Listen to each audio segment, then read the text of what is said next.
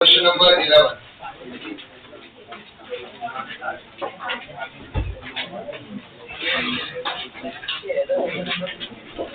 Advance का question number 11 पढ़ो। देखो क्वेश्चन नंबर 11 क्या दिया हुआ है।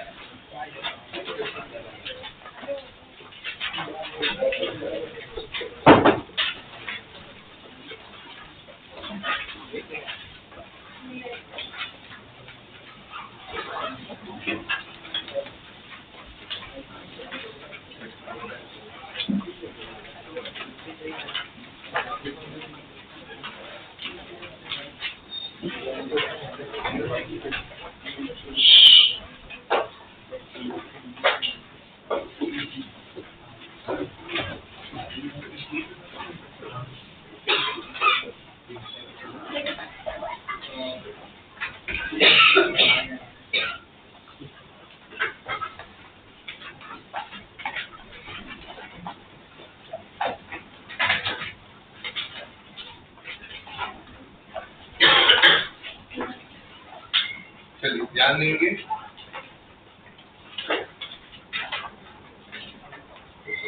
एडवांस का क्वेश्चन नंबर 11 बड़ा सब लोगों ने क्वेश्चन क्या दिया हुआ है। देखिए यहाँ पर कितने स्केल दिए हुए हैं। दो स्केल आपको दिखाई दे रहे हैं। There are the two vernier caliper both of which have 1 centimetre divided into 10 equal division. आपका फर्स्ट सेक्शन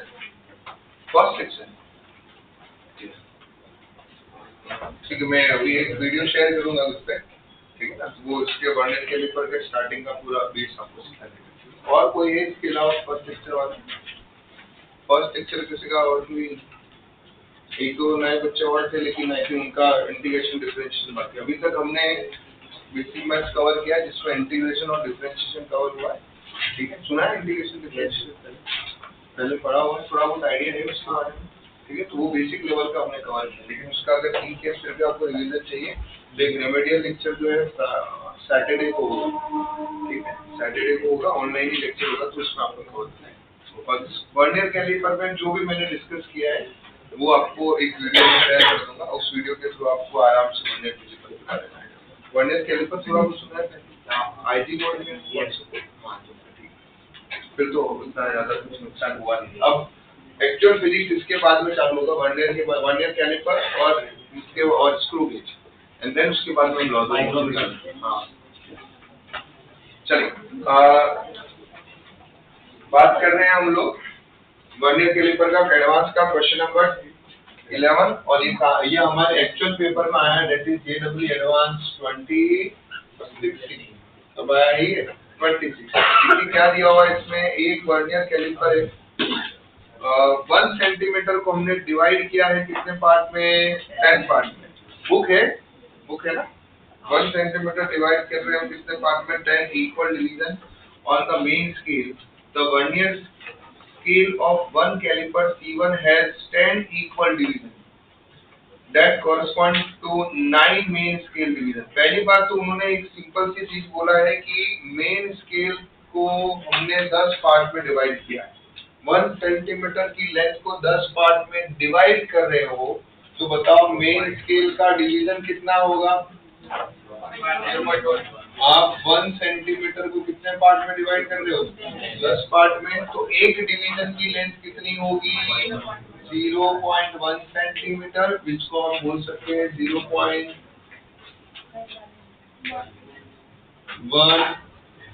अब सेंटीमीटर को mm में कन्वर्ट करना है, किससे मल्टीप्लाई करोगे? 10 से, तो इट बिकम योर 1 mm। कोई कंफ्यूजन इसके अंदर? देन उसके बाद में उन्होंने एक और चीज बोला है कि वर्नियर स्केल। अब उसमें 2 स्केल, पहला स्केल कौन सा है? C1 है ना। फर्स्ट स्केल जो ले रहे हैं स्केल 1, वो कौन सा है? C1 स्केल जिसकी हम बात कर रहे हैं। उस C1 स्केल में आपको एक चीज उन्होंने बोला है कि जो 10 डिवीजन है जिसके वर्नियर स्केल के, वो 9 डिवीजन के साथ में क्या कर रहा है? वो मैच कर रहा है ना, उसके साथ में जो है कोइंसाइड कर रहा है। तो क्या हम यहाँ से इस तरह से लिख सकते हैं 10 VSD इक्वल टू 9 MSD? अरे हाँ या ना। यहाँ से हमें वर्नियर स्केल डिवीजन मिलेगा 9/10 इंटू MSD। MSD का वैल्यू कितना है? 1 mm, तो ये कितना होगा 0.9 mm। क्या यहाँ से लीस्ट काउंट मिल जाएगा अभी? लीस्ट काउंट का फॉर्मूला क्या है बताओ? MSD माइनस MSD कितना है 1 mm, VSD कितना है 0.9 mm, दिस बिकम 0.1 mm। कोई दिक्कत की बात? अब ये मिलने के बाद में हमारे को अगला उन्होंने क्या दिया है देखो, फिर उन्होंने बोला है, हाँ चलो C2 पे हम आएंगे, उससे पहले अभी C1 को पूरा कंप्लीट करते हैं। C1 की अब हमें रीडिंग मेजर करना है, तो हमारे को पीछे देखो पेज टर्न करोगे तो आपको एक डायग्राम दिख रहा है C1 का, वहां से रीडिंग मेजर करना शुरू करो। रीडिंग कैसे लिखते हैं हम लोग उसका भी मैंने आपको बताया, रीडिंग कैसे लिखा जाता है। रीडिंग कैसे लिख रहे हैं, पहले मेन स्केल का रीडिंग लिखेंगे। रीडिंग कैसे लिखा जा रहा है, मेन स्केल का reading plus nth division of vernier scale coincide with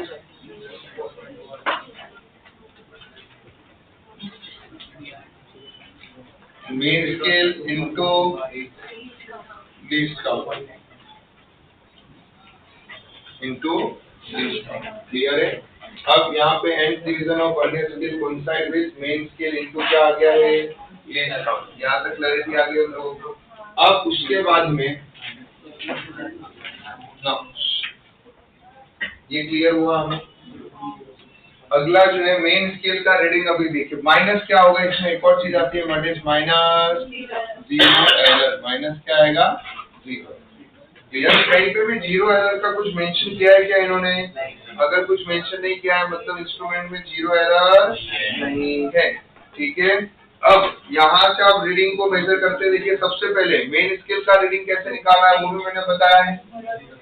कैसे बताया निकालना है, वर्नियर के 0 के पहले जो मेन स्केल का रीडिंग दिख रहा है, वर्नियर के 0 के पहले क्या दिख रहा है बताओ, काउंट करो देखो। ये जो लास्ट है 3 दिख रहा है, 3 के पहले क्या होगा 2.9 और उसके बाद पहले क्या होगा 2.8, तो मतलब मेन स्केल का रीडिंग क्या होगा 2.8। किसमें दिया हुआ है ये रीडिंग जो है वो किसमें दिया हुआ है, ऊपर उन्होंने बोला है कि मेजर्ड इन सेंटीमीटर, मतलब ये किसमें है, रीडिंग जो आप मेजर कर रहे हो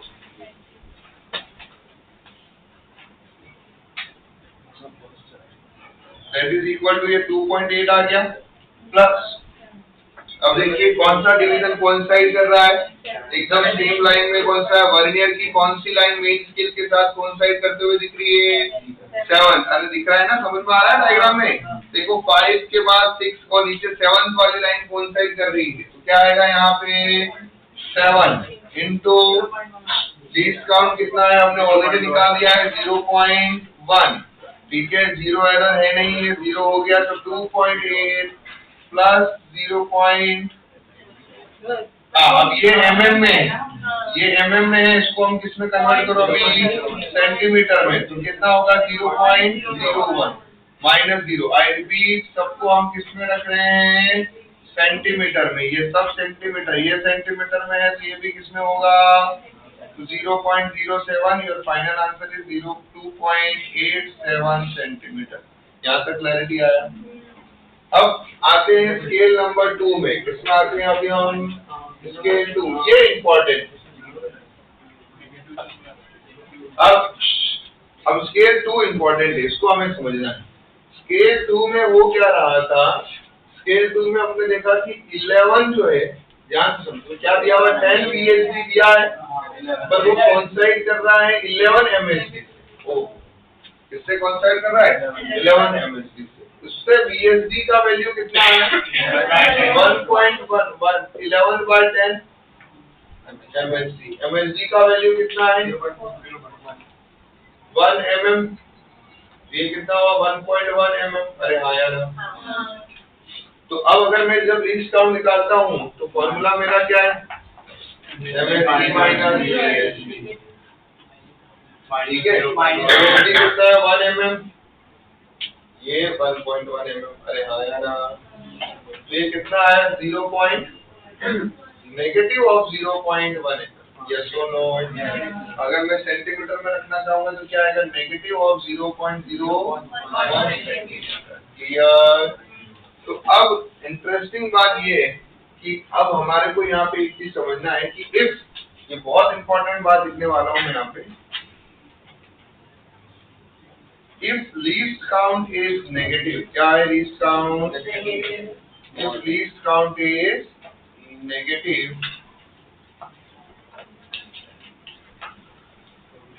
तो आपको क्या करना है उस केस में?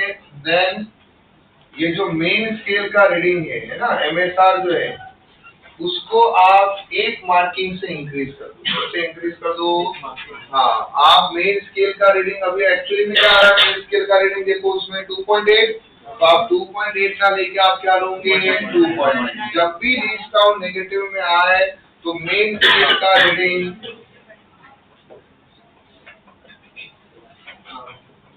then increase main scale reading by 1 marking। समझ में आ गया है? 1 मार्किंग मतलब 1 लाइन से आपको इंक्रीज कर देना है। तो जो 2.8 आ रहा था वो क्या हो रहा है? 2.8। तो हियर ओल्ड MSR जो है, मेन स्केल का रीडिंग जो आपको मिला था वो कितना था? 2.8 सेंटीमीटर। तो उसको अगर हम बताएंगे तो हमारा एक्चुअल जो है वो MSR का रीडिंग क्या आएगा? देखिए, नाउ MSR इज 2.8 नहीं होगा, 2.9। क्या होगा वो? 2.9। समझ में आया? जब भी लीस्ट काउंट का वैल्यू क्या है? नेगेटिव में, तो आप MSR का रीडिंग किससे बढ़ाओगे? 1 से, है ना? 1 मार्किंग से बढ़ा दूंगे। किससे बढ़ा दूंगे? 1 मार्किंग से। कोई कंफ्यूजन इसके अंदर ना। तो आपने MSR का रीडिंग 1 मार्किंग से बढ़ा दिया है। तो नाउ अभी आप देख सकते हैं that reading is equal to, और MSR का क्या हो गया? 2.9 सेंटीमीटर प्लस nth डिवीजन, कौन सा डिवीजन, कौन सा कर रहा है वहां पर भी 7 ही कर रहा है, इनटू लीस्ट काउंट जो कितना है? नेगेटिव का, और -0 है तो 0 है, तो 2.8 सेंटीमीटर, सॉरी 2.9 माइनस 0.07 सेंटीमीटर, तो आंसर क्या है? 2.83 सेंटीमीटर। क्लियर? कोई कंफ्यूजन? तो ये इसमें एक नया चीज था जो आप लोगों ने सीखा। आया तो हमारे पास रिमेडी, अगर वो इंस्ट्रूमेंट फॉल्टी है, सिंपल सी बात है, बट हम इंडिया से फॉल्टी इंस्ट्रूमेंट से भी जुगाड़ निकालना जानते हैं। ठीक है, तो अगर नेगेटिव लीस्ट काउंट आता है तो तेरे पास में रेमेडी। अगर इंस्ट्रूमेंट तेरा रॉन्ग हो चुका है, इंस्ट्रूमेंट में प्रॉब्लम आ गई है, जिसमें VSD तो मार्किंग से बना दिया भाई, होना तो नहीं चाहिए था, लेकिन क्या हुआ? वो जो मार्किंग है वो VSD की मार्किंग जो है वो क्या हो गई? बड़ी बड़ी मार्किंग हो गई। तो अगर नेगेटिव में आ गया है तो फिर हमारे पास रेमेडी क्या है कि आपको जो मेन स्केल का रीडिंग मिलेगा आप उसको 1 से बढ़ा देंगे। क्या कर दूंगे? उसको 1 से बढ़ा के सॉल्व करेंगे। समझ में आया?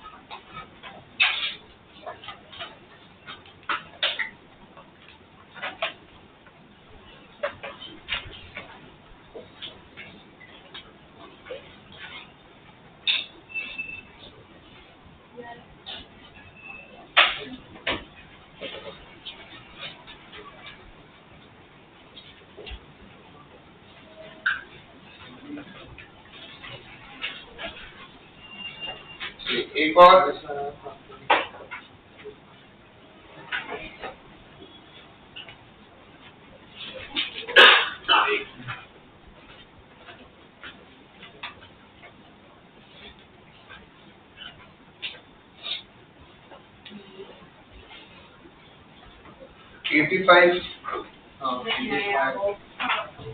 आइए 85 वाला क्वेश्चन था ये।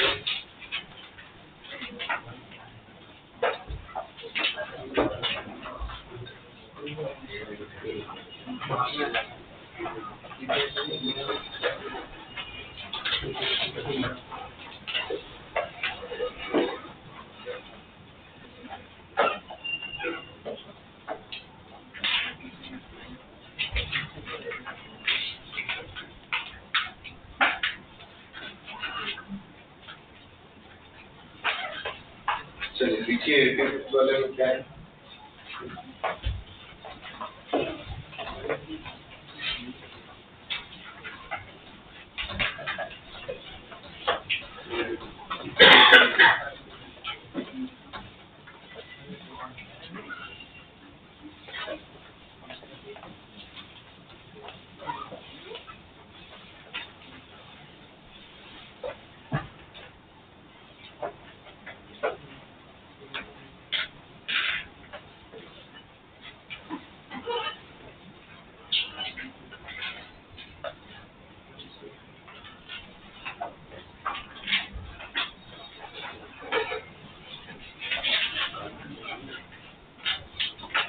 चलिए अब हम बात कर रहे हैं कौन से क्वेश्चन की। 85 पढ़ा तुमने 85? देखिए क्या दिया हुआ है 85 के अंदर।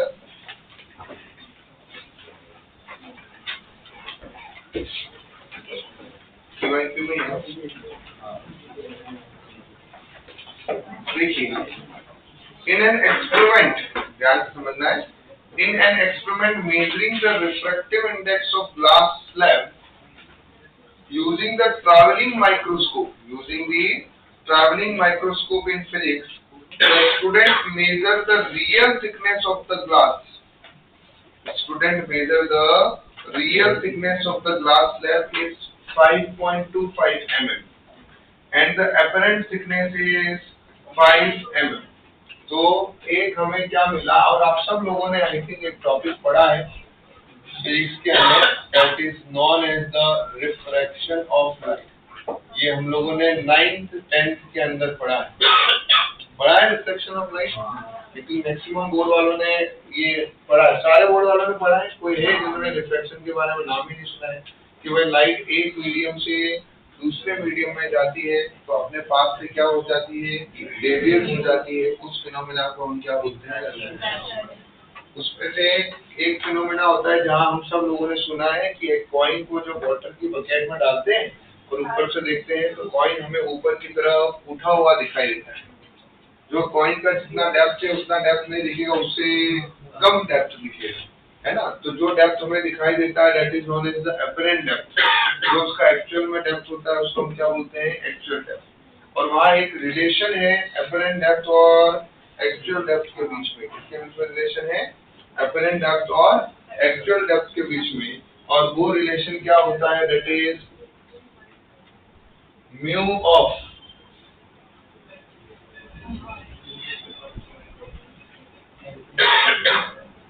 One mu two is equal to H actual upon H apparent. ठीक है, 1 म्यू 2 को हम क्या लिख सकते हैं, म्यू 2 अपॉन म्यू 1। क्या लिखते हैं उसको हम। अब आप बोलोगे सर ये म्यू 2 क्या है, रिफ्रैक्टिव इंडेक्स ऑफ मीडियम। क्या होता है म्यू हमारा, या आगे जाके आप रिफ्रैक्शन वाले चैप्टर में पढ़ेंगे। अभी के केस में आप सीधा बल्कि याद कर सकते हैं, आपको रे ऑप्टिक्स पढ़ाया जाएगा तभी बताएंगे। एक्चुअली में क्वेश्चन थोड़ा मिक्स बैग क्वेश्चन बन गया है, तो ये ध्यान रखना है। जिसमें म्यू 2 अगर मैं बात करूं, ये हमारे पास अपरेंट डेप्थ वाला फॉर्मूला आ गया है। म्यू 2 का मतलब क्या हो गया, म्यू ऑफ ऑब्जेक्ट, जिस मीडियम में क्या रखा हुआ हो, ऑब्जेक्ट रखा हुआ है ना। म्यू 2 मतलब मीडियम, मतलब लाइट यहाँ पे कहां से कहां तक जा रही है, 1 से 2 मीडियम ऑब्जेक्ट से जा रही है। तो म्यू 2 वो मीडियम है जिसके अंदर लाइट जो है क्या है, पहले मूव कर रही है, बिफोर रिफ्रैक्शन जिस मीडियम में लाइट है। म्यू 1 क्या है, आफ्टर रिफ्रैक्शन जिस मीडियम में लाइट जा रही है। तो आफ्टर रिफ्रैक्शन किस में जा रही है, एयर में। आफ्टर रिफ्लेक्शन किसमें जा रही है, एयर में। तो उन्होंने यहाँ पर ग्लास स्लैब की बात की है, तो हमने ये फॉर्मूला लिख दिया μ2 by μ1। μ2 का मतलब क्या हो रहा है, जिस मीडियम के अंदर जो है हमने क्या लिखा है, यहाँ थिकनेस की बात आ रही है, तो ये इस तरह से हम ये फॉर्मूला लिख सकते हैं। क्लियर?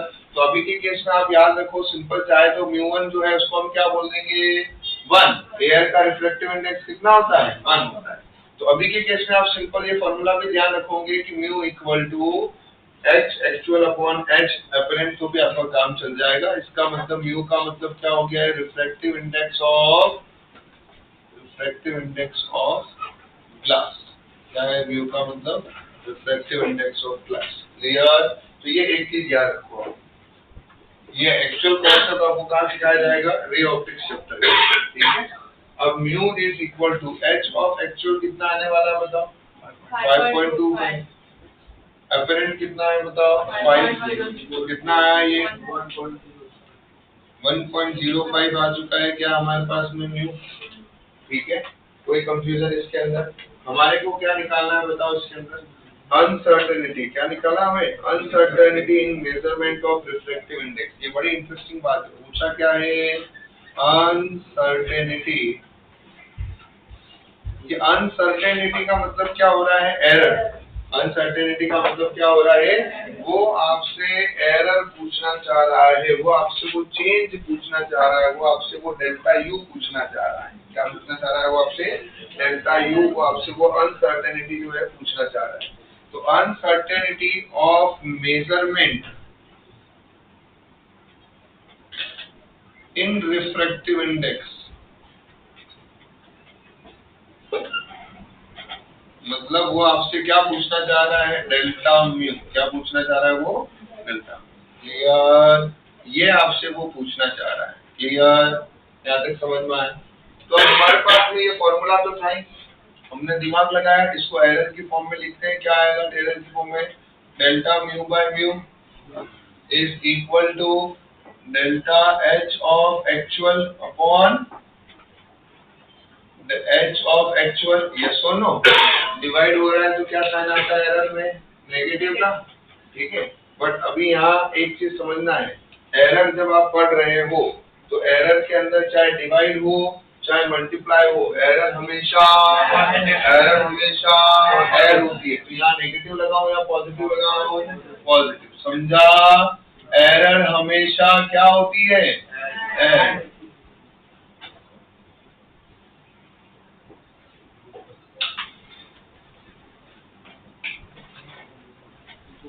एरर हमेशा क्या होती है, आपके ऐड होती है। अब आपके पास में इसके अंदर बड़े ध्यान से देखो, यहाँ तक तो क्लैरिटी आ गया हमारे पास। अब हमारे को इस केस में क्या क्या दिया हुआ है, क्वेश्चन में और पढ़ो, देखो आगे बढ़ते हम लोग। अब ट्रैवलिंग माइक्रोस्कोप में मेन स्केल में 50 डिवीजन है, वर्नियर स्केल में मेन स्केल के अंदर जो है 20 सेंटीमीटर दिखा रहा है, 20 division in 1 centimetre. 50 division is equal to 49 division of main scale. आपको एस्टिमेट अनसर्टेनिटी निकालना है। ठीक, तो इन शॉर्ट यहाँ तक मुझे क्या क्लैरिटी मिली, सबसे पहला मैंने रिफ्लेक्टिव इंडेक्स का फॉर्मूला लिखा। क्या आ गया था वो, H actual upon H apparent. वहां से मुझे म्यू का वैल्यू मिल गया। अब मुझे उसने म्यू नहीं पूछा, उसने मुझे क्या पूछा है, अनसर्टेनिटी इन मेजरमेंट। अनसर्टेनिटी मतलब क्या होता है, एरर इन मेजरमेंट। एरर मतलब क्या हो गया, डेल्टा यू। डेल्टा म्यू हमें निकालना है, ये हमें क्लैरिटी आ गई। फिर हम डेल्टा म्यू कैसे निकाले, तो फिर हमने फॉर्मूला लिखा था mu equal to H actual upon H apparent. तो अब हमने दिमाग लगाया, चलो यार इसको हम एरर की फॉर्मेट में लिखते हैं। तो फ्रैक्शनल एरर की फॉर्मेट में लिखने गए तो delta mu upon mu is equal to, divide हो या मल्टीप्लिकेशन हो, एरर हमेशा ऐड होता है। ये क्लैरिटी ध्यान रखना है। तो एरर में लिखते कैसे हैं, देखो म्यू दिया हुआ है तो change upon its original is equal to change upon its original plus change upon its initial. कोई अब प्लस क्यों लगा है यहाँ पे, चाहे डिवाइड हो रहा हो या चाहे ये इधर मल्टीप्लाई हो रहा होता, हमेशा गलतियां क्या होती है, ऐड होती है। गलतियां कभी सब्ट्रैक्ट नहीं हो रही, एक गलती में से दूसरी गलती, एक और गलती कर दे तो हमारी टोटल गलती माइनस हो जाएगी। चाहे आप डिवाइड करो चाहे आप मल्टीप्लाई करो, एरर हमेशा ऐड होगा। ये ऐड कर दिया।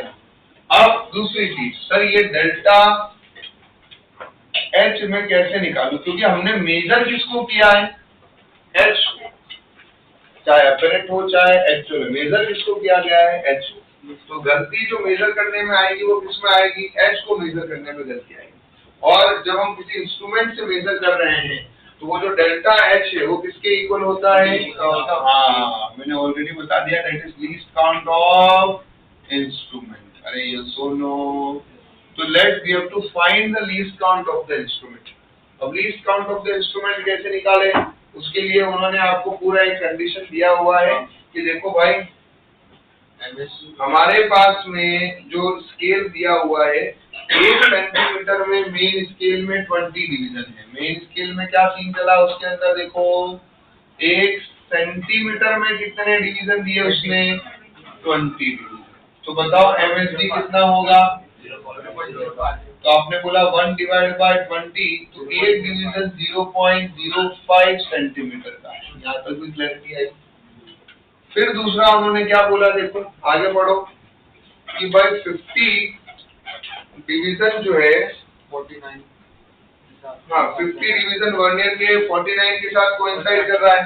तो कैसे निकालोगे, 50 division of BSD is equal to 49 division of MSD. तो यहाँ से बीएसडी का वैल्यू मिल जाएगा, तो 49 इंटू एमएसडी, एमएसडी का वैल्यू पता है 0.05, ये कितना होगा 0.98 इंटू 0.05।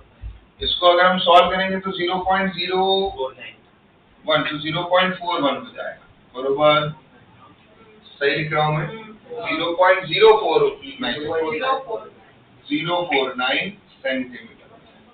तो अगर मुझे अभी लीस्ट काउंट निकालना है, क्या निकालना है अभी मुझे, तो क्या आप मेरे पास एमएसडी है, बीएसडी है, लीस्ट काउंट निकाल पाऊंगा मैं, अरे हाँ या ना।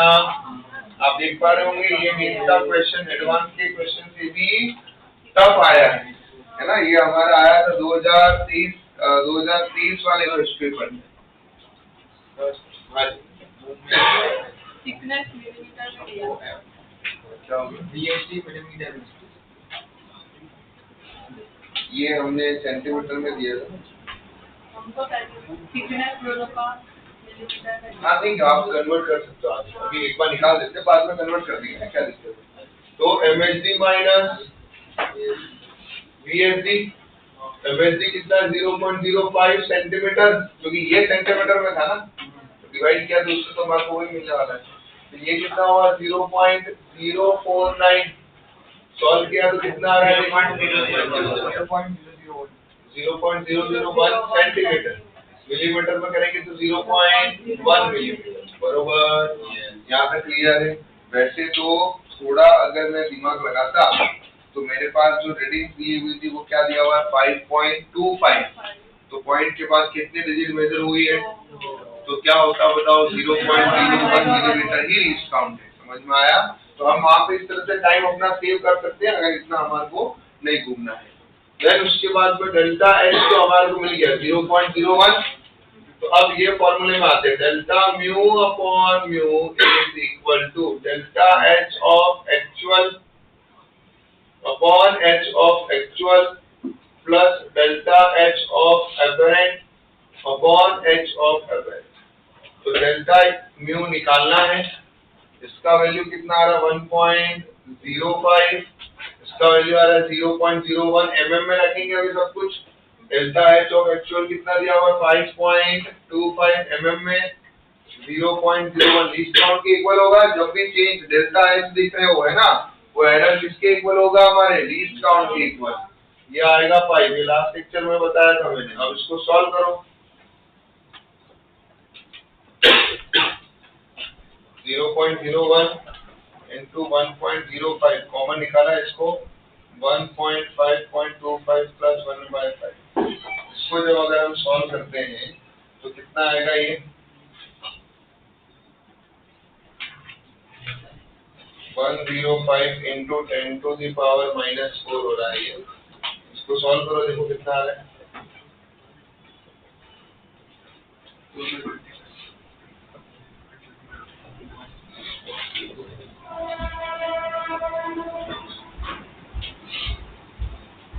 शायद ये कैंसिल आउट हो जाए।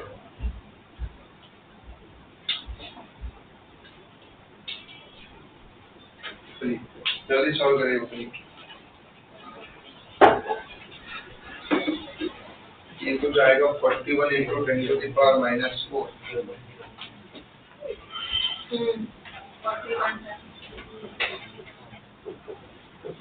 10 टू द पावर माइनस 4। इसको हम चाहे कैसे लिख सकते हैं 41/10 into 10 to the power minus 3। तो आंसर कितना है आपका 41।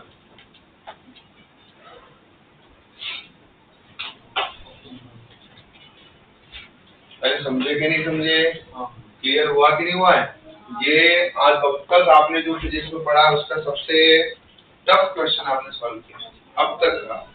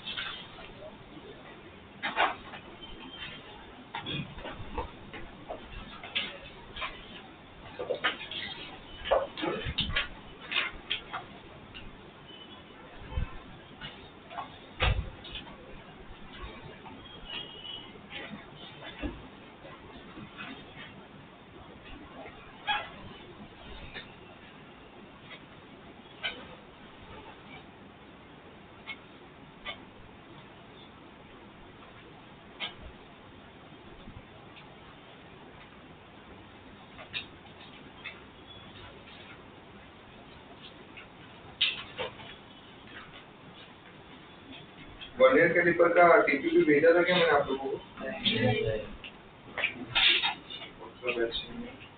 बीवर नहीं है?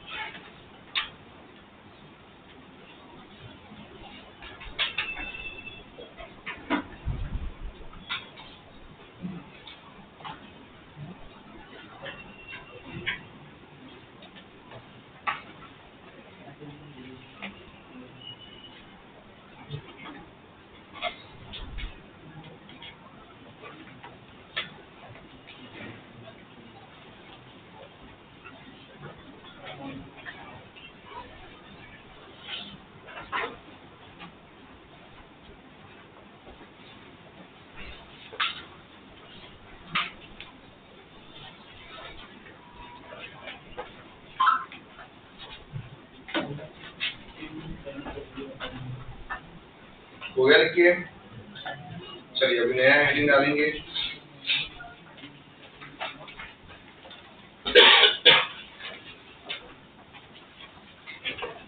सर डाउट था एडवांसमेंट क्वेश्चन नंबर 14। एडवांस का 14 क्वेश्चन देखो।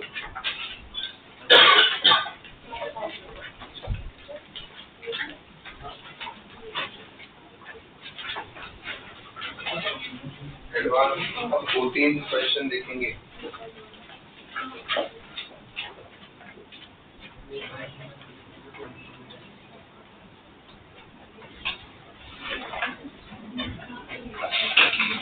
अब कर दूं?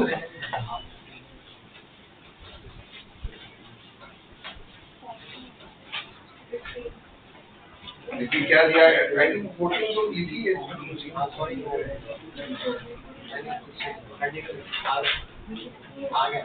आगे ना नहीं करवाओ ना एडवांस। इसमें पहला वाला स्केल जो है, पहला वाला स्केल से आपको पता चलेगा कि इसके अंदर एरर है या नहीं।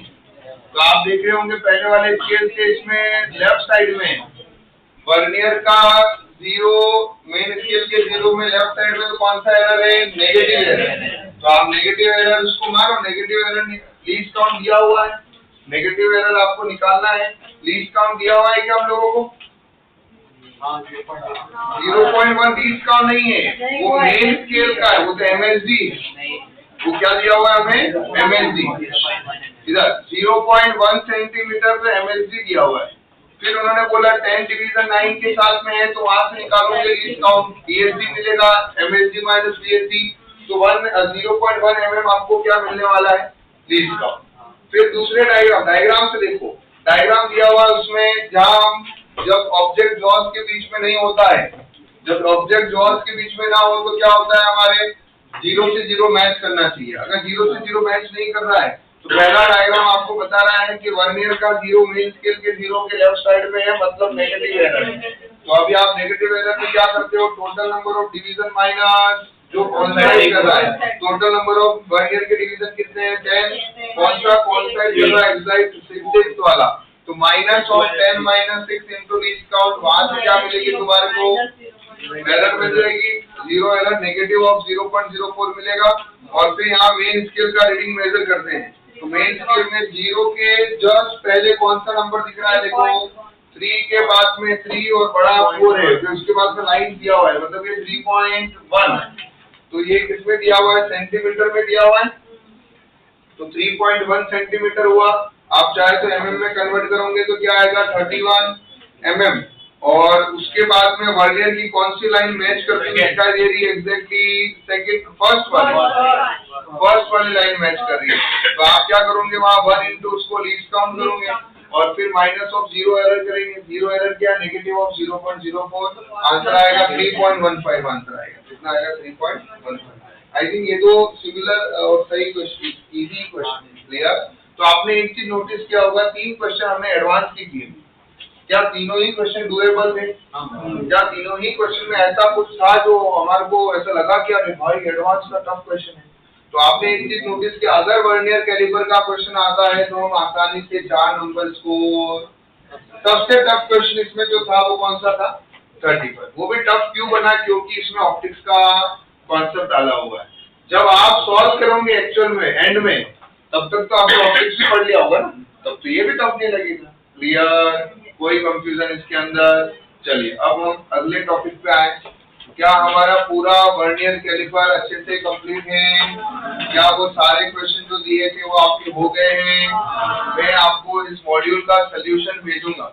मॉड्यूल का सलूशन नहीं है ना आपके पास?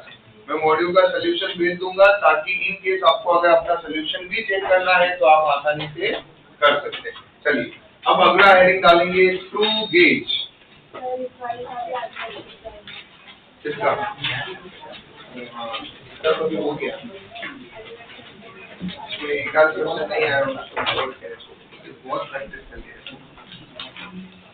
तो डिफरेंशियल इंटीग्रेशन कितना बराबर किया, इसका आंसर एक्चुअली मुझे बताना पड़ेगा। मैंने क्वेश्चन कहाँ से लिए ना मुझे याद नहीं, तो मैंने आधे क्वेश्चन मन से लिखे हैं, आधे टाइप के ऐसा वाला, इसलिए 2 क्वेश्चन में एरर भी आ गई थी। इसमें कितना वो भूल गया, मुझे पूरा बैठ के एग्जाम सॉल्व करना, वो मैं अभी अगले साल करूँगा। चलिए कल बुकलेट बनाया, उसके साथ सॉल्यूशन बनाएंगे। चलिए कोई अगर डाउट उसमें हो तो मेरे को ऐसे पूछ लेना। चलिए स्क्रू गेज अगला जो है हमारे पास, जो वो क्या है?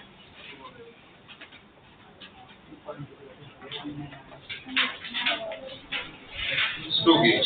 स्क्रू गेज क्या है इसको हम समझते हैं बढ़िया तरीके से। जैसे मैंने आज स्क्रू गेज में लाना भूल गया हूँ, मैं अगले लेक्चर में लाएंगे स्क्रू गेज। अभी सब जगह वर्नियर कैलिपर ही चल रहा है।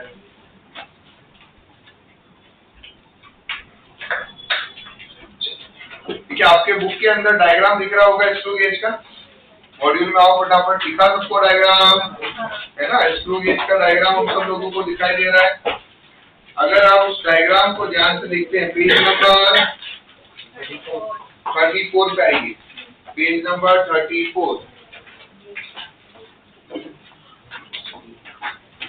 Page number 34। देखिए, बड़े ध्यान से देखिए, आपको जो डायग्राम दिखाई दे रहा है उस डायग्राम के अकॉर्डिंग क्या हो रहा है उसके अंदर।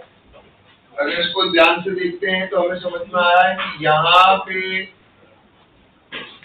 ये इस तरह से जॉज है कोई दो, और यहाँ पे इस तरह से स्क्रू लगा हुआ है। क्या लगा हुआ है? ये इस तरह से स्क्रू, ये इस तरह से स्क्रू रहता है। इसको जब हम घुमाएंगे तो आप देखेंगे कि स्क्रू आगे की तरफ जा रहा है धीरे धीरे। इसको जब मैं घुमा रहा हूँ तो स्क्रू कहाँ जा रहा है? आगे की तरफ मूव कर रहा है। जब स्क्रू आगे की तरफ मूव करेगा धीरे धीरे धीरे यहाँ से स्पाइनल से यहाँ से बाहर आने लगेगा, और यहाँ ऑब्जेक्ट को वो क्या कर देगा? फिट कर देगा। यस और नो? तो अब यहाँ पर ऑब्जेक्ट को हमने इन दोनों स्टड्स के बीच में रखा है। वहां जॉ बोलते थे, यहाँ स्टड्स बोलते हैं। जॉ भी बोलोगे तो भी चलेगा। अब ये रहा है स्क्रू का पार्ट। जैसे जैसे हम पीछे से घुमाएंगे वो स्क्रू वाला पार्ट आगे की तरफ आएगा। इधर वाला एंड तो फिक्स ही है, स्क्रू वाला पार्ट आगे की तरफ आएगा और यहाँ पे वो ऑब्जेक्ट क्या हो जाएगा? आपका फिक्स हो जाएगा। और फिर उस ऑब्जेक्ट का हम रीडिंग मेजर करेंगे, सेम जैसे वहां पे मेजर किया। वहां पर हमारे पास में कितने स्केल थे? दो, मेन स्केल और वर्नियर स्केल। यहाँ पर भी दो स्केल है। मेन स्केल ये जो साइड में आपको दिख रहा है, देखो दिख रहा होगा यहाँ पे, मेन स्केल यहाँ पे होगा। एक यहाँ पे इस तरह से, ये देखिए ये दिख रहा है, यहाँ पर भी रीडिंग होती है। इसको बोलते हैं सर्कुलर स्केल। कौन सा स्केल?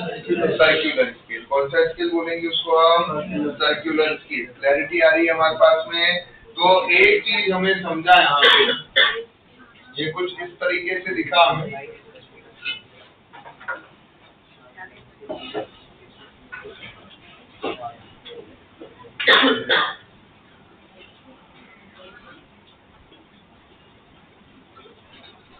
इसको हम बोलते हैं, पीछे वाला पार्ट है, इसको क्या बोला जाता है? रैचेट। क्या बोला जाता है?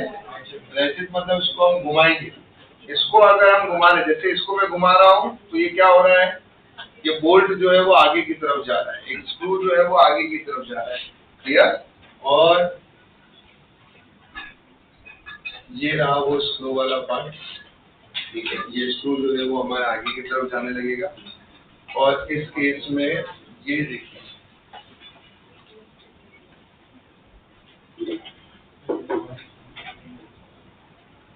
ये जो है वो हमारे क्या होगा? यहाँ पे circular.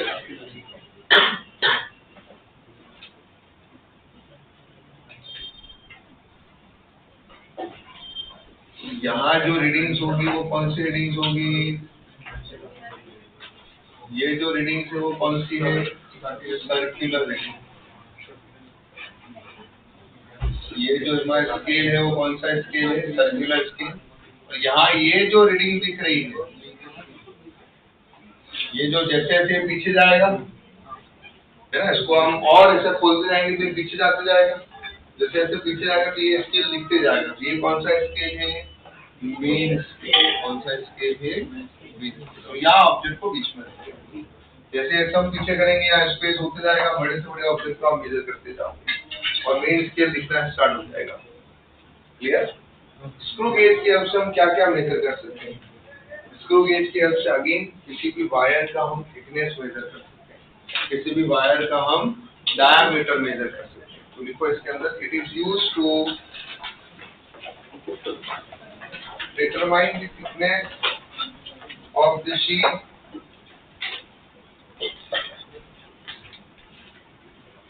is used to determine the thickness of the sheet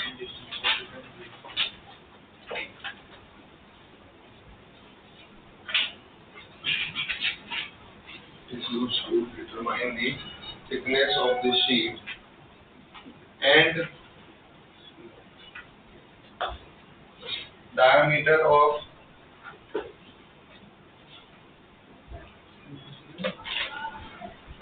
thickness of the sheet and diameter of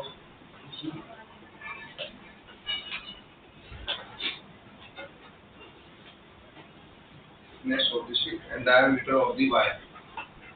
and diameter of the wire. Diagram आप कहाँ रेफर कर सकते हैं, चाहे तो आपको ये रफ डायग्राम बनाना है तो बना देना आप। इस वाले पार्ट को क्या बोलते हैं,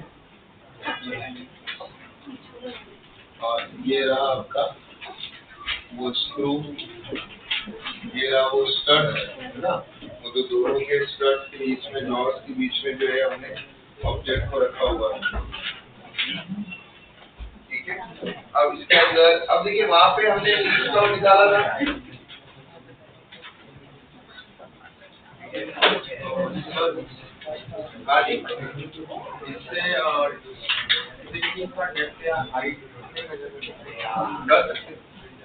क्या दिक्कत है, छोटा ऑब्जेक्ट होना चाहिए, ये छोटे ऑब्जेक्ट के डायमेंशन मेजर करने के लिए कुछ आता है, छोटे ऑब्जेक्ट के हमें उनके डायमेंशन मेजर करने के लिए यूज करते हैं, बाकी बड़ा ऑब्जेक्ट हो तो फिर आप स्केल का यूज करो, ठीक है। तो ये छोटे ऑब्जेक्ट के डायमेंशन मेजर करने के लिए, तो जितना पतला थिकनेस मेजर करना है उसके लिए जनरली हम यूज करते हैं, ठीक है।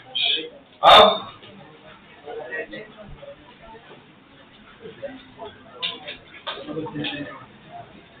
ठीक है ना, इसका लीस्ट काउंट निकालने के लिए सबसे पहले हमें एक चीज समझना पड़ेगा जिसको हम बोलेंगे पिच। क्या बोलेंगे जिसको हम?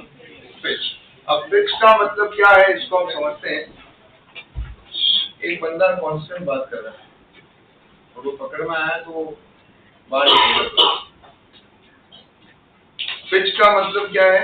मान लीजिए स्क्रू दिया हुआ है, देखिए आप क्लैरिटी आपको आ रही है कि कैसा है इंस्ट्रूमेंट, है ना। ये दिया हुआ है, ये हमारे पास में कौन सा पार्ट हो गया, ये वाला पार्ट है, ये यहाँ पे आगे जो है हमारे पास में एक और स्टड बाउंड्री जहाँ पे उपयोग रखा हुआ है। अब मैं इसको ऐसे घुमा रहा हूं, जब मैं इसको एक बार घुमाऊंगा तो आप देखेंगे कि ये स्क्रू थोड़ा सा बाहर निकला है, दूसरी बार घुमाऊंगा तो ये स्क्रू थोड़ा और बाहर निकला है, तीसरी बार घुमाऊंगा तो ये स्क्रू और बाहर निकला, दिख रहा है आपको। तो आप एक चीज नोटिस करे होंगे कि जब भी मैं एक बार टर्न लेता हूँ, एक बार उसको रोटेट करता हूँ, उस रोटेशन की वजह से स्क्रू एक सर्टेन लीनियर डिस्टेंस ट्रैवल करता है। जैसे जब भी हम स्क्रू को एक बार रोटेट कर रहे हैं, उस रोटेशन की वजह से स्क्रू के अंदर क्या हो रहा है, एक लीनियर डिस्टेंस, एक सर्टेन लीनियर डिस्टेंस जो है स्क्रू ट्रैवल कर रहा है, और उसी को हम क्या बोलते हैं? पिच। क्या बोलते हैं उसको हम? पिच। कि जब भी हम वन टाइम रोटेट करेंगे तब उस रोटेशन की वजह से स्क्रू जो लीनियर डिस्टेंस ट्रैवल करे, उस लीनियर डिस्टेंस को हम क्या बोलेंगे? पिच। क्लियर हो गया है? तो लिखो इसके अंदर, the linear distance moved by the pitch के अंदर, पिच का डेफिनेशन लिखना है। स्क्रू गेज के अंदर डायग्राम के लिए चाहे तो आप स्पेस छोड़ दो, बुक में से बना देना है, अभी बाद में बना देना। पिच के लिए डेफिनेशन है the linear distance moved by the screw along its axis, linear distance moved by the screw along its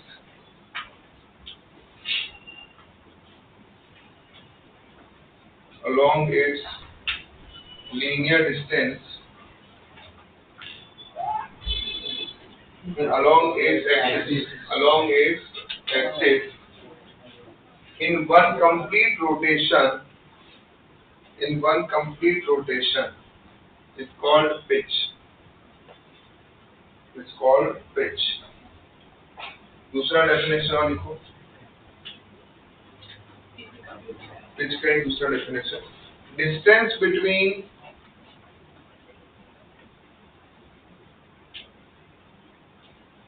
two successive threads on the screw, distance between two successive threads on the screw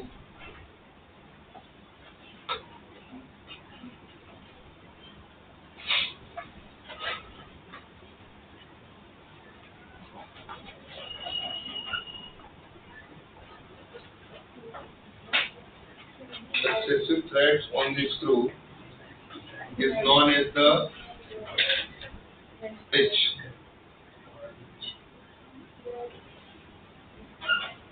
आप देखेंगे screw पे आपको इस तरह से threading दिखाई देती है ना।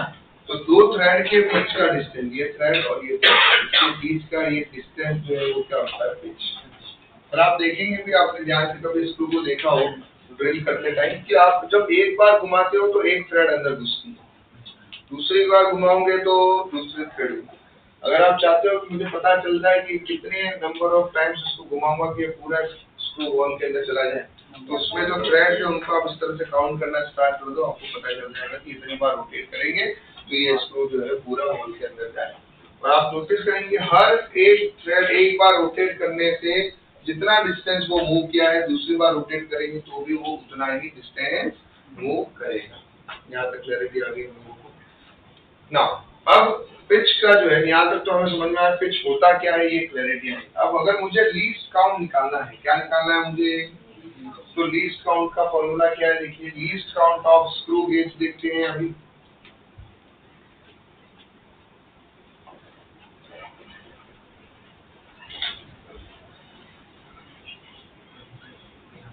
Least count of screw gauge LC की हम बात कर रहे हैं। That least count of screw gauge की अगर मैं बात करूं तो that is equal to pitch upon total number of division on circular scale. Pitch upon total number of division on circular scale.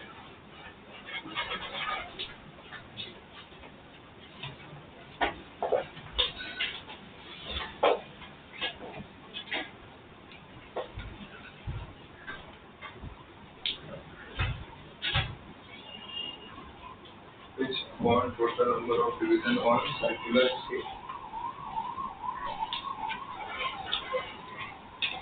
Clear है?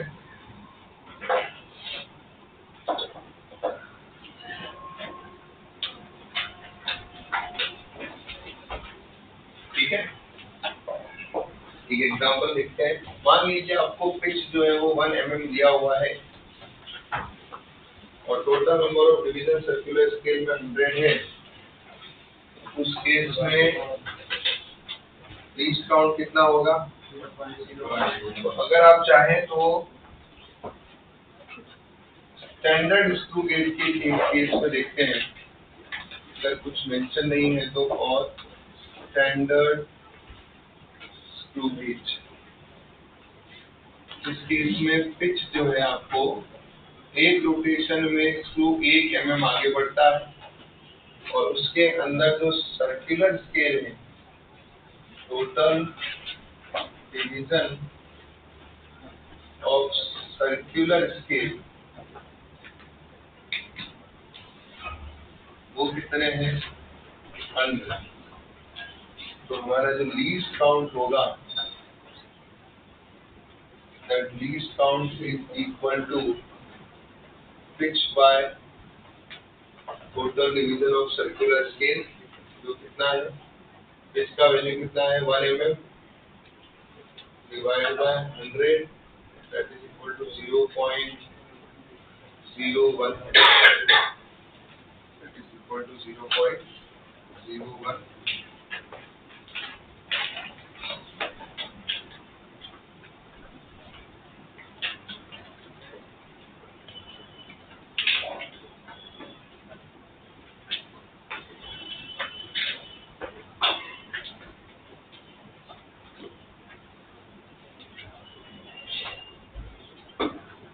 ठीक है, यहाँ तक कोई कंफ्यूजन? अब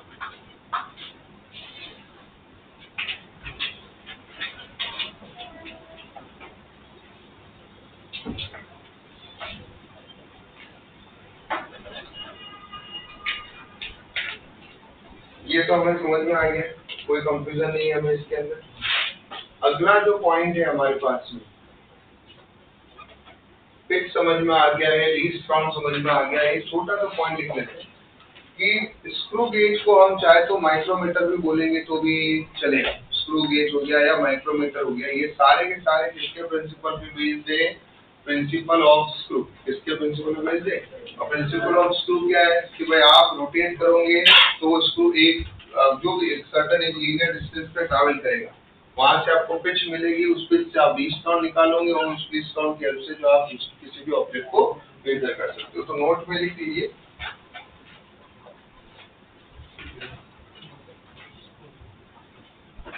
स्क्रू गेज फ्रॉम स्लैश, इसको माइक्रोमीटर स्क्रू भी बोल सकते हैं, इसका दूसरा नाम क्या है, micrometer screw. Screw gauge slash micrometer screw and spherometer, एक और एक स्पेरोमीटर करके रहता है जिसकी हेल्प से जो है मेजर कर सकते हैं, पर वो हमारे सिलेबस में नहीं है इसलिए हम नहीं पढ़ रहे। Screw gauge slash micrometer screw, उसका नाम क्या है, स्क्रू गेज का दूसरा नाम क्या है, micrometer screw and spherometer. Screw gauge का ही दूसरा नाम माइक्रोमीटर स्क्रू है और एक स्पेरोमीटर दूसरा इंस्ट्रूमेंट है। And spherometer based on principle of screw, एक बार ये कई टाइप क्वेश्चन में पूछ लिया था, based on principle of screw, based on principle of screw, based on principle of screw. यहाँ तक क्लैरिटी आया, लीस्ट काउंट समझा हमें। अब हमें क्या समझना है, जीरो एरर। क्या समझना है हमें, तो चलिए अगला हेडिंग डालेंगे, जीरो एरर।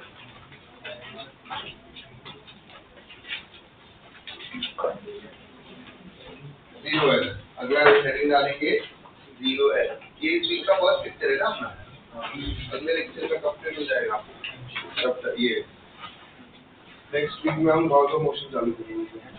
जीरो एरर क्या है, जीरो एरर देखिए समझते हैं। जीरो एरर कब आती है बताओ, जब कोई ऑब्जेक्ट नहीं है दोनों जॉस के बीच में, दोनों स्ट्रट्स के बीच में, है ना, और उस केस में होना क्या चाहिए, जीरो ऑफ मेन स्केल जो है वो कोइंसाइड करना चाहिए किसके साथ में, zero of main scale coincide करना चाहिए किसके साथ में, जीरो ऑफ, तो देखो इसके अंदर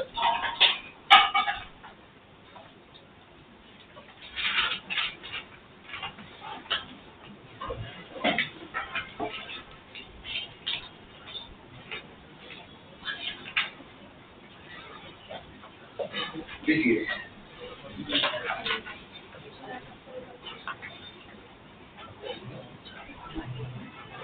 जीरो एरर के अंदर लिखना है, when no object between the studs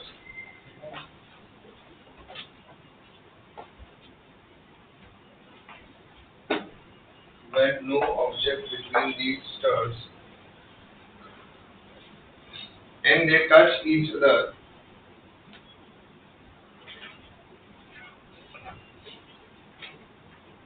and they touch each other,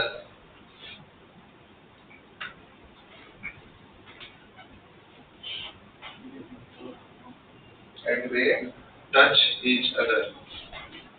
If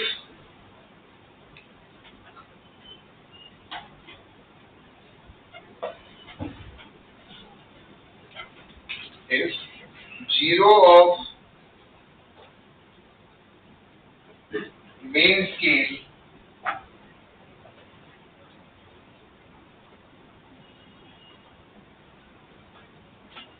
and zero of main scale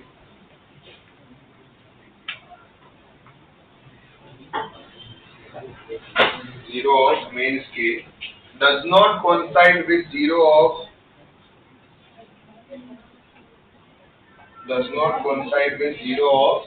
circular scale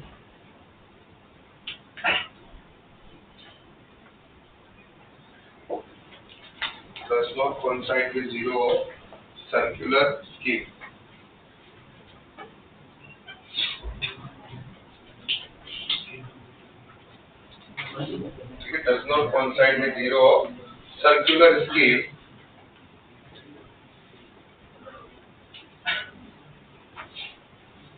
then it have zero error. Then instrument have zero error. Then instrument have zero error. Then instruments have zero error. यहाँ तक clear हो गया? तो instrument के पास में कौन सी error होगी हमारे पास? Zero error. उसको एक बड़े ध्यान से समझते हैं हम लोग। ये रहा हमारे पास में मेन स्केल, ठीक है, और ये रहा सर्कुलर। ये कौन सा स्केल हुआ? Circular scale. This is your circular scale, this is your main. और ये तुम्हारी ये जो लाइन मैं बना रहा हूँ इसमें, this is your reference line. कौन सी लाइन? रेफरेंस, ठीक है। आज भी ये यहाँ पे 0 है और यहीं पे 0 तुम्हें दिख रहा है किसका? Main scale. इसका 0 दिख रहा है मेन स्केल। इसको और ओपन करोगे तो फिर आगे 1 2 3 मेन स्केल के दिखेंगे। तो अभी आपने क्या देखा? 0 किसका दिख रहा है? ये रेफरेंस लाइन दिख रही है, यहीं पे मेन स्केल का 0 है और यहीं पे ये है। अगर ये दोनों एक दूसरे को कोइंसाइड कर रहे हैं, मतलब अभी यहाँ ऊपर देखेंगे तो क्या आएगा? 1 2, नीचे देखेंगे तो 99 98, ये 3 97। ये समझ में आ रहा है ये क्या हो रहा है? इसके अंदर ये नंबर्स दिए हुए हैं हम लोगों को, ठीक है।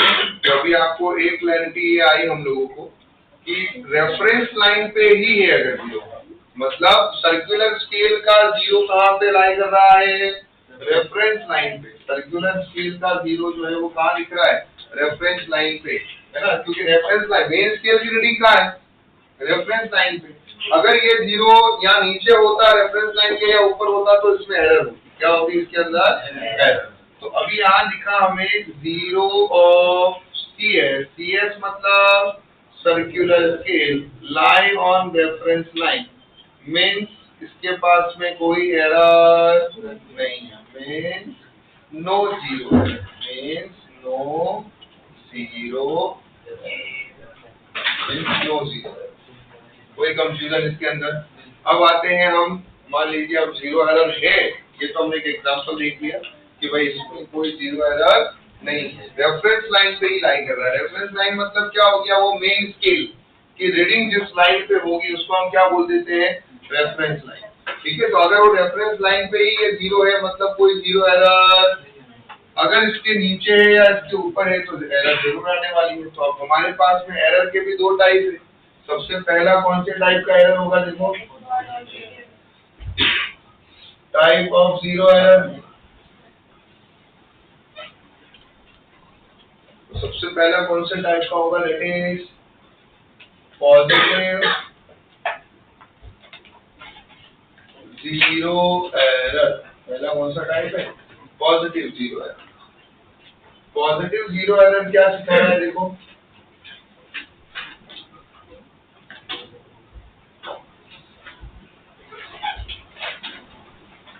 ये रही आपकी वो रेफरेंस लाइन जिसमें रीडिंग रहती है। पॉजिटिव 0 एरर बता रहा है कि ये जो हमारे पास में 0 है ना, जो 0 दिख रहा है आपको, ये 0 जो है वो क्या होना चाहिए? बिलो द रेफरेंस लाइन को। क्या हो ये 0? बिलो। अगर रेफरेंस लाइन के नीचे है तो कौन सा होगा? पॉजिटिव 0 एरर, और रेफरेंस लाइन के ऊपर है तो क्या होगा? Negative 0 error. तो लिखेंगे इसके अंदर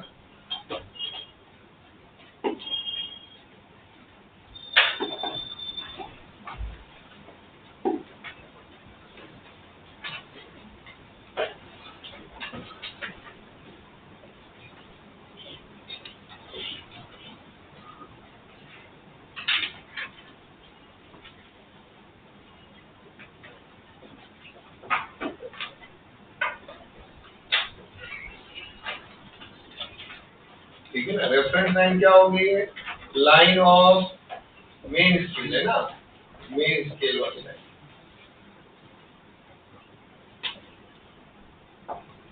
कोई कंफ्यूजन?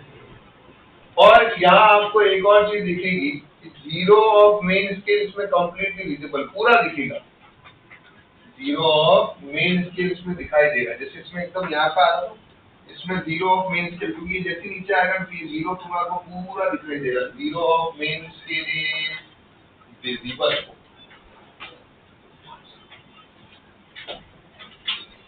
तो आप इस केस में ध्यान से देखेंगे, जैसे यहाँ आया हो ये 0, ये 1 और ये कौन सी लाइन कोइंसाइड करते हुए दिखाई दे रही है अभी 2, ये 3, ये ऊपर 4, यहाँ पे ये नीचे 99, 98।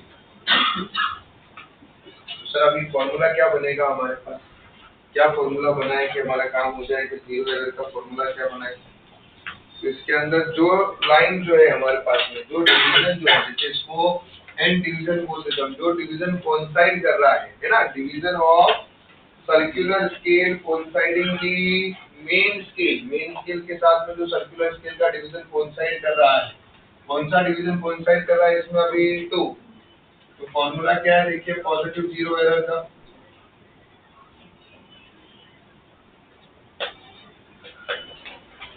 that is 0 of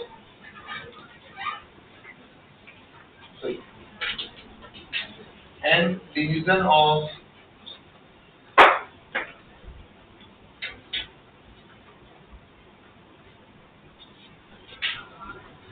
circular scale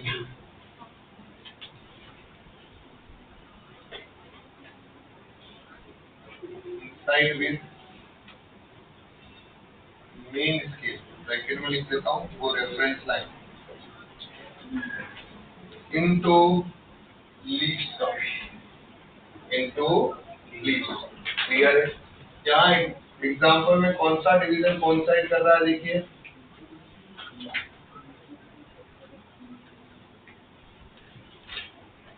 that is your second वाला, तो second into least count. Least count हमें जो दिया हुआ है वो कितना है, इसका इंस्ट्रूमेंट का 0.01 mm, तो 0.02। ये फॉर्मूला हमारे लिए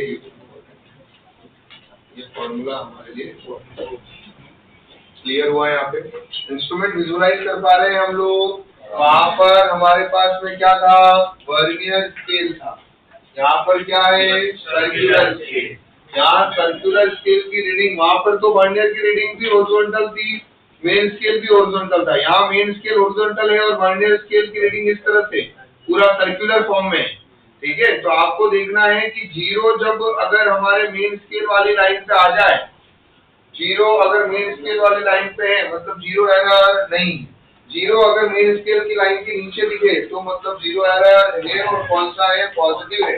जब जीरो मेन स्केल के नीचे होगा ना तो आपको वो जो जीरो ऑफ मेन स्केल है वो भी पूरा दिख रहा होगा, क्योंकि बाकी मेन स्केल की रीडिंग तो अंदर छुपी हुई रहेगी, इसके अंदर है ना पूरी रीडिंग यहाँ छुपी।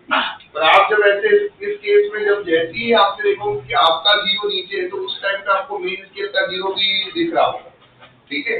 अब उसमें आप कैसे निकालो कि भाई कौन सा वाला नंबर जो है वो मेन स्केल के साथ कोइंसाइड कर रहा है, तो आपने देखा सेकंड वाला नंबर कोइंसाइड कर रहा है तो आपने लिखेंगे 2 into लीस्ट काउंट, ठीक है।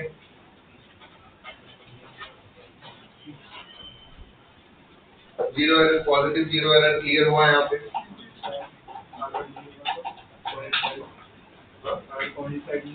क्या कोइंसाइड हुआ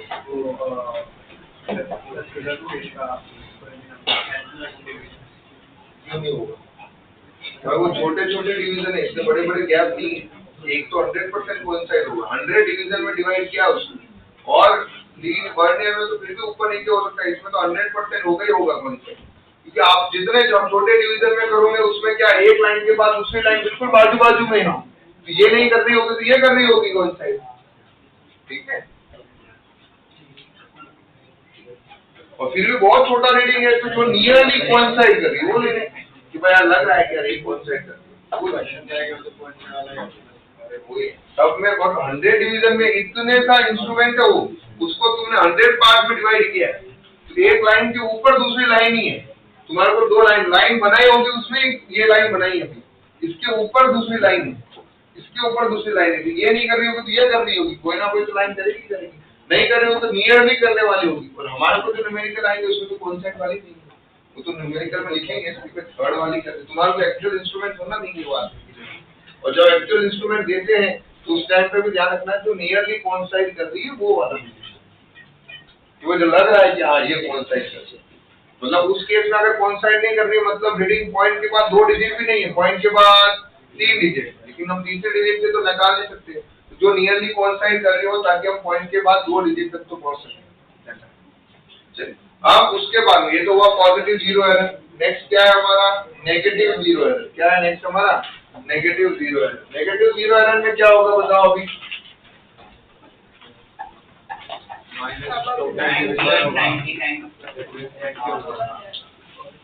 मेरे बात करेक्ट है? बताओ। अच्छा ये बनो zero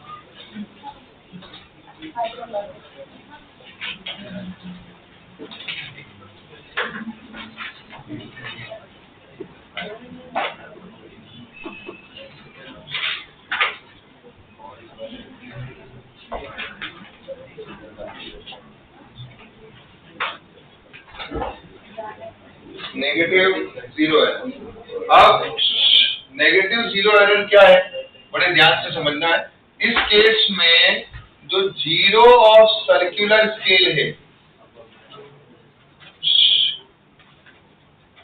zero of circular scale is above the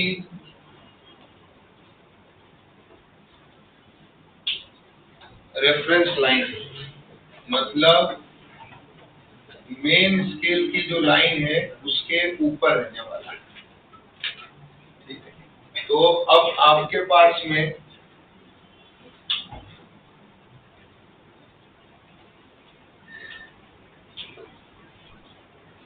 ये रही वो रेफरेंस लाइन, ये रही वो किसकी लाइन? मेन स्केल की लाइन। इसमें तुम्हारे को जीरो विजिबल नहीं होगा, इसका जीरो जो है अंदर ही छुपा रह जाएगा, है ना। आइडियली देखो सही सिनेरियो क्या था, जब जीरो ऑफ मेन स्केल और वर्नियर स्केल एकदम एक दूसरे के ऊपर आ रहे हैं, और जब लीस्ट काउंट मेजर करते हो तो पूरा इंस्ट्रूमेंट बंद होना चाहिए, दोनों के स्टार्ट ऑब्जेक्ट होना नहीं चाहिए, दोनों के स्टार्ट दोनों के जॉज एक दूसरे को टच करने वाले होने चाहिए। एक्चुअल क्या होगा कि वही रेफरेंस लाइन पे यही वर्नियर का जीरो है, यही मेन स्केल का जीरो, ऐसे मामला। फिर क्या हो रहा है? पॉजिटिव जीरो एरर में क्या हो रहा है? मेन स्केल का जीरो जो है, वर्नियर का जीरो जो है, ये reference line, finger is the reference line, marker is the zero. अगर नीचे है तो ये इस तरह से तुम्हारे दिखेगा, मतलब ये तुम्हारे को जीरो विजिबल दिख रहा है। अब इसमें क्या हो रहा है? अब यहाँ पर ये तुम्हारे कहाँ है? रेफरेंस लाइन के ऊपर, ये ऊपर आ रहा है, और ये तुम्हारा जीरो कहाँ छुप गया है? अभी उस मेन स्केल के इसके अंदर की तरफ छुप गया, सर्कुलर स्केल के अंदर की तरफ तुम्हारा ये जीरो छुपा हुआ है। यस और नो? क्लैरिटी आया? तो यहाँ पर तुम्हारे को इंस्ट्रूमेंट में मेन स्केल का जीरो नहीं दिखेगा। अब देखना है क्या करोगे उसमें, तो पूरा इंस्ट्रूमेंट वापस से इसको क्या करोगे? ऑब्जेक्ट डालने के लिए वापस पीछे करोगे ना ऐसे, तो दिखने वाला है। बट जैसे अभी क्लोज है तो जीरो तुम्हारा कहाँ छुपा हुआ? मेन स्केल का अंदर, क्योंकि उसमें क्या है? एंड नहीं होती तो क्या हो रहा? जीरो स्लाइड हल्का सा दिख रहा होता, कटा हुआ जीरो दिख रहा होता, उसके जस्ट ऊपर आपको क्या दिख रहा होता? सर्कुलर। अगर मान लीजिए सर्कुलर का जीरो पीछे दिख रहा है, मेन स्केल का जीरो पूरा दिखाई दे रहा है, क्लियरली विजिबल है, मतलब कौन सा एरर है? Positive error. अगर नहीं दिखाई दे रहा है इसका मतलब, तो इसमें zero of and zero of main scale is not visible, इसमें visible ही नहीं है, is not completely visible, बिल्कुल दिखाई नहीं दे रहा है।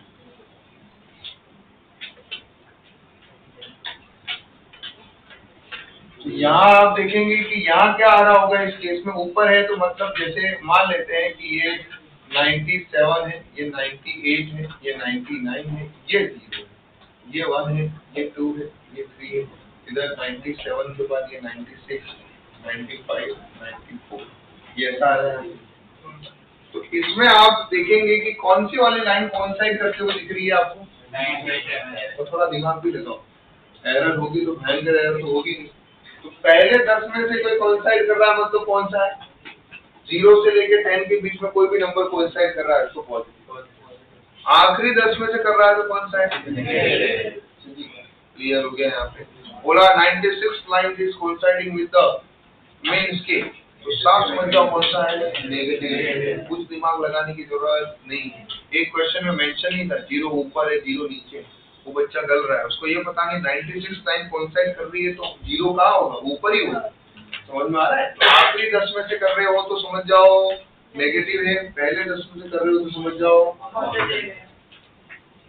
यहाँ नेगेटिव एरर के केस में क्या होगा?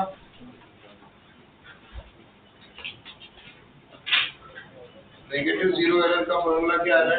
That negative zero error is equal to minus sign बाहर ले लो, total number of division of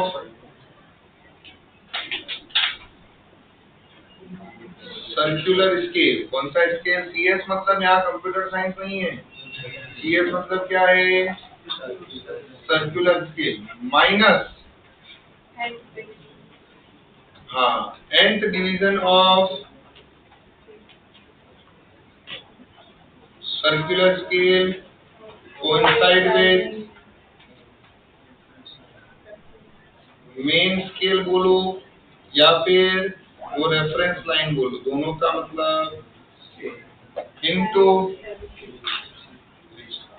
clear है यहाँ तक? ये हमारे पास में एक बढ़िया सूत्र है। अब अगर मैं एग्जांपल देखता हूँ तो एग्जांपल क्या है? देखो, negative zero error is equal to negative of कितने डिवीजन है टोटल इसमें? 100 माइनस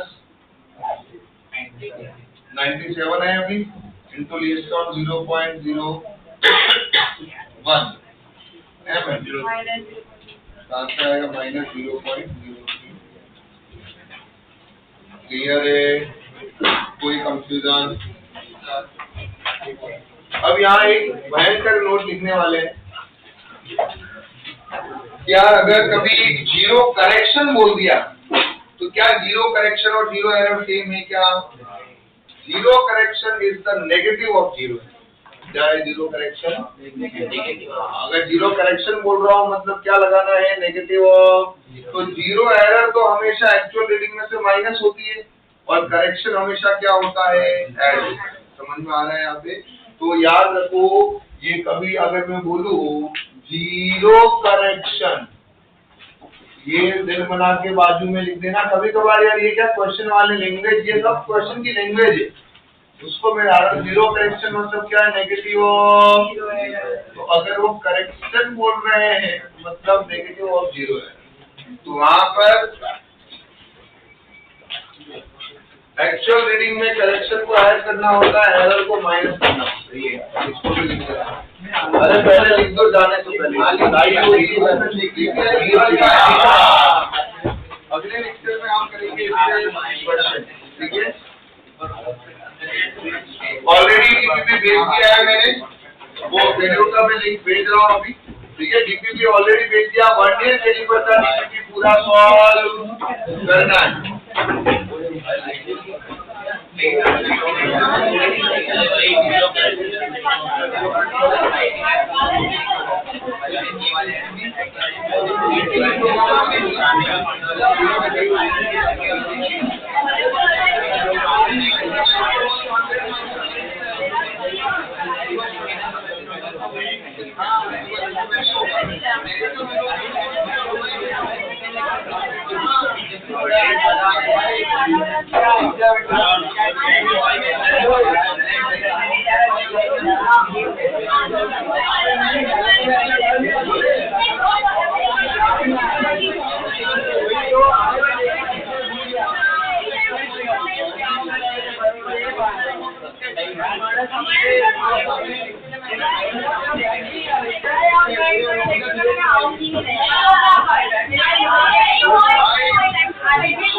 एक इंस्ट्रक्शन है केमिस्ट्री के सिलेबस के अंदर जो है नीरव सर वाला पार्ट, ऑर्गेनिक केमिस्ट्री इस टेस्ट में नहीं आएगा।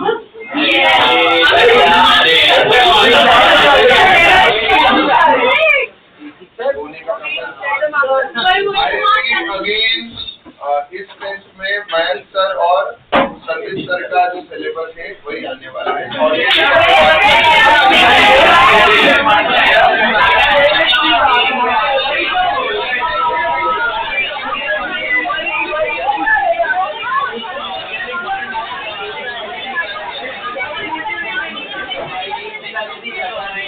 Thank you.